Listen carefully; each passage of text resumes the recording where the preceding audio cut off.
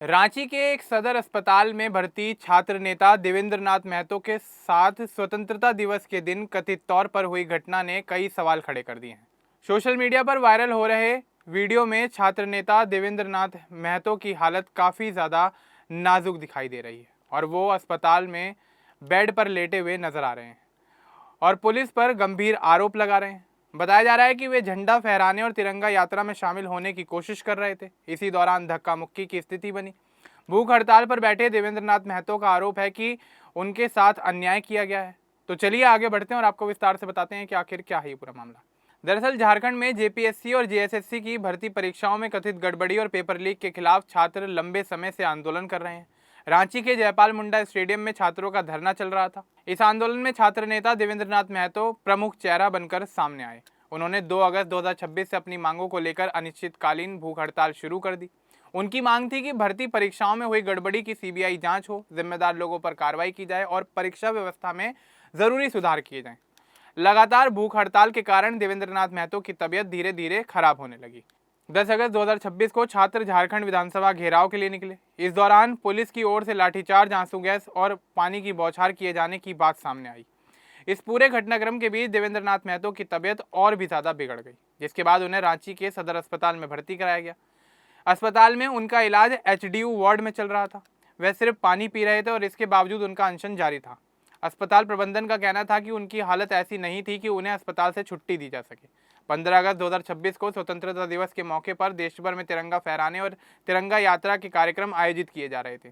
Jaipal Singh Munda stadium में भी छात्रों की ओर से तिरंगा यात्रा निकालने की तैयारी थी। देवेंद्र नाथ महतो भी अस्पताल से वहां पहुंचकर झंडा फहराना और तिरंगा यात्रा में शामिल होना चाहते थे।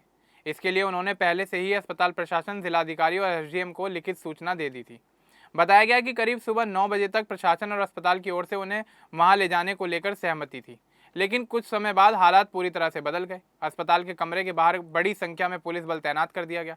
जब देवेंद्र नाथ महतो तिरंगा लेकर बाहर निकलने लगे तो पुलिस उन्हें रोकने लगी।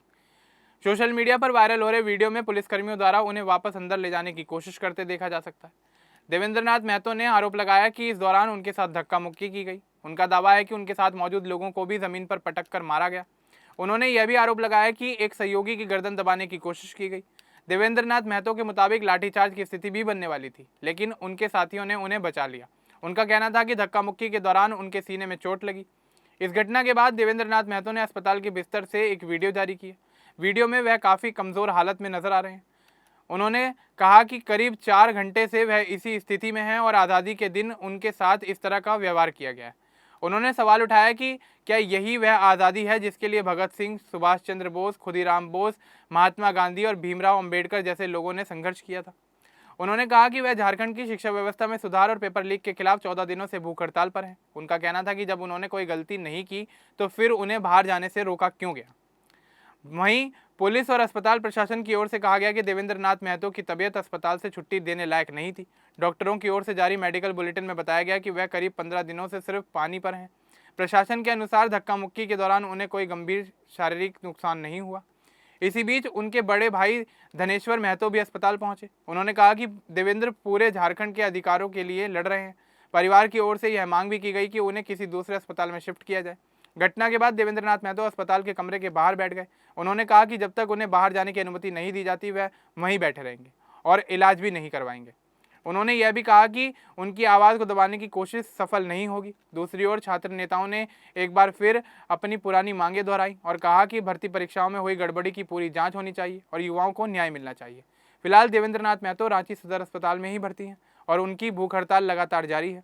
डॉक्टर लगातार उनकी सेहत पर नज़र बनाए हुए हैं। वहीं आंदोलन स्थल पर छात्र प्रदर्शन कर रहे हैं। बीजेपी की ओर से इस पूरे मामले को लेकर सरकार पर कई सवाल उठाए गए हैं। फिलहाल यह पूरा विवाद जेपीएससी और जेएसएससी की भर्ती परीक्षाओं में सुधार, कथित गड़बड़ियों की जांच और छात्रों के अधिकारों से जुड़ा हुआ है।